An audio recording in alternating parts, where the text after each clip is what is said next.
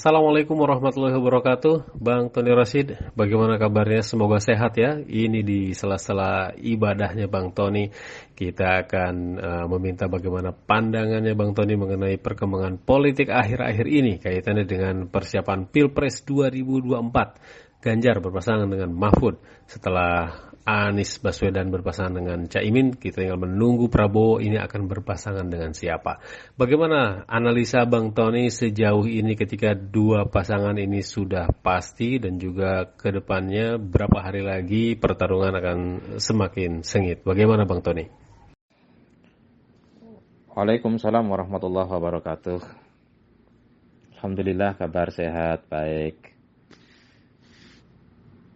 Beberapa hari ini masyarakat dihebohkan oleh hasil keputusan MK yang sebagaimana kita prediksi dari awal, klausulnya adalah tetap syarat untuk menjadi capres dan cawapres adalah 40 tahun atau pernah berpengalaman menjadi kepala daerah. Apakah itu wali kota, bupati, atau gubernur, otomatis artinya ke arah sana.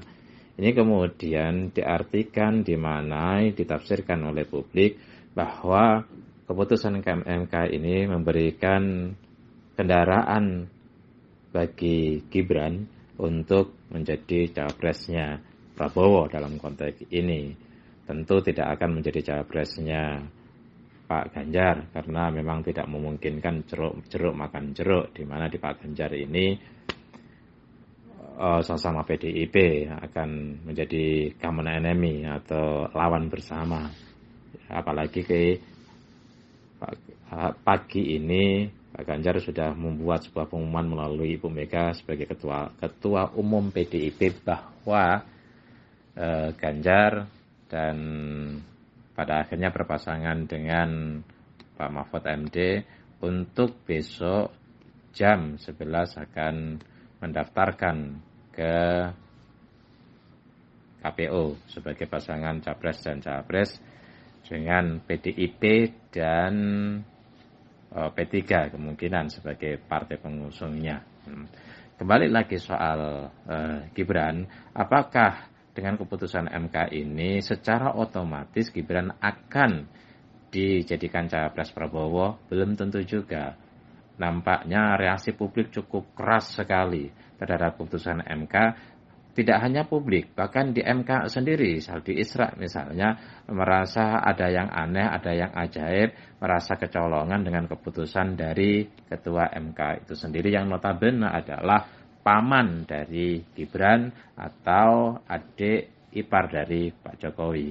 Ini yang kemudian membuat publik terhenyak seolah-olah ada semacam upaya untuk memuluskan Gibran menjadi cawapresnya Prabowo. Nah, maka isu tentang politik dinasti kemudian muncul, mengemuka, yang selama ini publik menduga-duga, mengasumsi, memprediksi ini jangan-jangan MK memang mahkamah keluarga. Ya, sempat Yusril Iza Mahendra pada pagi harinya bicara ke publik melalui media bahwa salah prediksi daripada publik, bukan mahkamah keluarga tapi tetap mahkamah konstitusi. Tapi ternyata kan Yusril Iza Mahendra merasa diprank, dan tidak hanya Yusril, begitu banyak yang merasa diprank.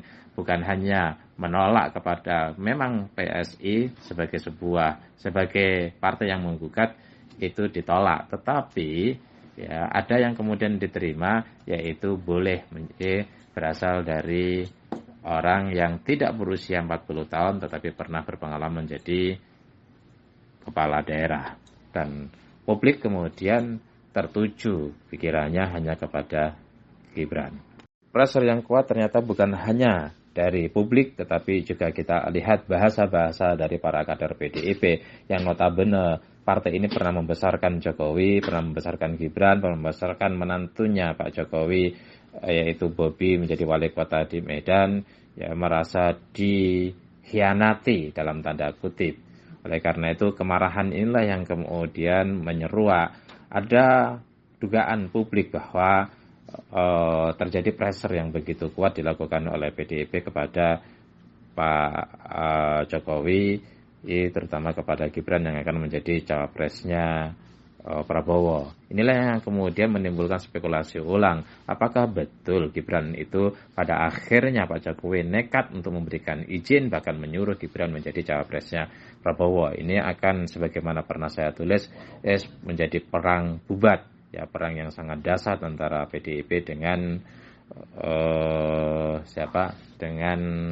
antara PDIP dengan Pak Jokowi yang pada pemilu nanti direpresentasikan oleh Prabowo dan Gibran. Ini misalnya pikiran ulang ini yang nampaknya mulai terasa dan dibaca oleh publik dengan diizinkannya Pak Mahfud MD untuk menjadi cawapresnya Pak Ganjar.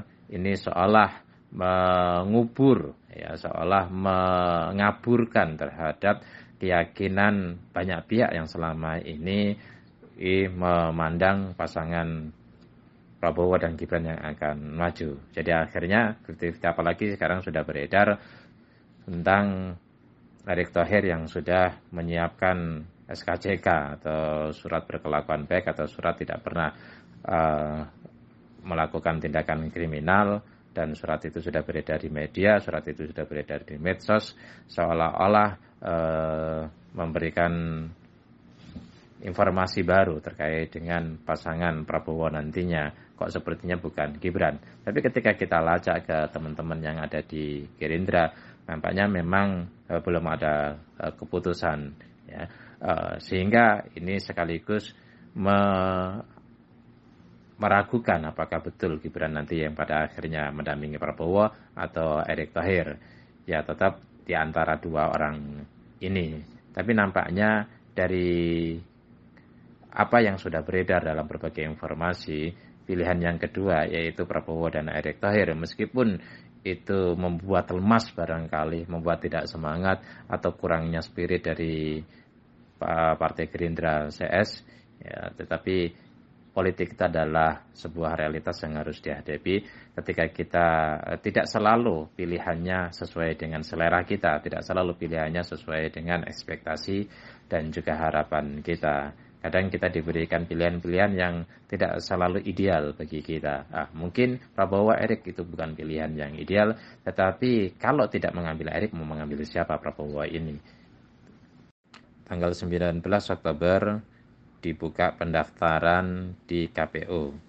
Dan sebagaimana informasi yang beredar begitu masif, jam 8 pagi pasangan Amin, Anies Caimin yang diusung oleh 3 partai, yaitu Partai Nasdem, PKS, dan PKB akan mendaftar. Bahkan akan diiringi diantar oleh puluhan ribu dari massa dari berbagai kota. Ada yang dari Aceh, ada yang dari Jawa Tengah, ada yang dari Jawa Timur, ada juga Riau, ada Sulawesi Selatan, dan berbagai tempat yang diperkirakan di atas 20.000 massa yang akan hadir mengantarkan Anies Caimin. Ini begitu antusias para pendukung Anies Caimin. Ini bisa dimaklumi, bisa dipahami karena selama ini banyak pihak yang memprediksi Anies Caimin tidak bisa atau khususnya Anies tidak bisa nyapres. Meskipun kemudian belakangan ada Caimin dianggap juga tidak bisa nyapres, tetapi pada akhirnya kemungkinan besar besok pada tanggal 19 Oktober 2023 jam 8 mereka pasangan berdua ini akan diantarkan oleh para pendukungnya yang jumlahnya mungkin puluhan ribu atau diprediksi puluhan ribu untuk ke KPU mendaftar. Artinya akan resmi Anies Caimin atau pasangan Amin yang diusung oleh 3 partai menggunakan koalisi perubahan mendaftar di KPU dan resmi menjadi capres dan cawapres. Jam 11-nya informasi yang juga beredar ke publik, ada pasangan yang lain yaitu Pak Ganjar dan Pak Mahfud MD akan mendaftar di jam 11-nya. Ini berarti sudah ada 2 pasang yang hari besok, hari pertama, Kamis 19 Oktober 2023, kedua pasang itu akan secara resmi mendaftar sebagai pasangan capres dan cawapres. Sudah ada 2 pasangan, tinggal menunggu Pak Prabowo pertama siapa pasangannya, dan kedua kapan mendaftarnya. Apakah pada akhirnya Pak Prabowo mengambil Gibran, dan itu akan menjadi sebuah dinamika yang sangat-sangat menarik antara Pak Jokowi dengan Ibu Megawati, atau kemudian mengambil Erick Thohir, meskipun publik tahu elektabilitas Erick Thohir selama ini memang belum mengangkat. Tapi semua serba mungkin dalam politik, semua terbuka untuk berkompetisi satu dengan yang lain. Kenapa? Karena memang dinamikanya sangat deras, variabel-variabelnya yang kemungkinan akan muncul sangat variatif. Inilah yang pada akhirnya menarik untuk kita perhatikan bersama. Siapa dari tiga calon capres dan capres ini yang pada akhirnya memenangkan sebuah kontestasi Pilpres 2024. Apakah ini akan terjadi satu putaran? Apakah dua putaran? Kalau dua putaran, siapa di antara mereka yang melaju? Kalau memang Prabowo pasangannya itu dengan Erick, nampaknya memang ini agak susah untuk berkompetisi dengan dua anak-anak muda, yaitu Anies dengan Caimin atau koalisi Amin,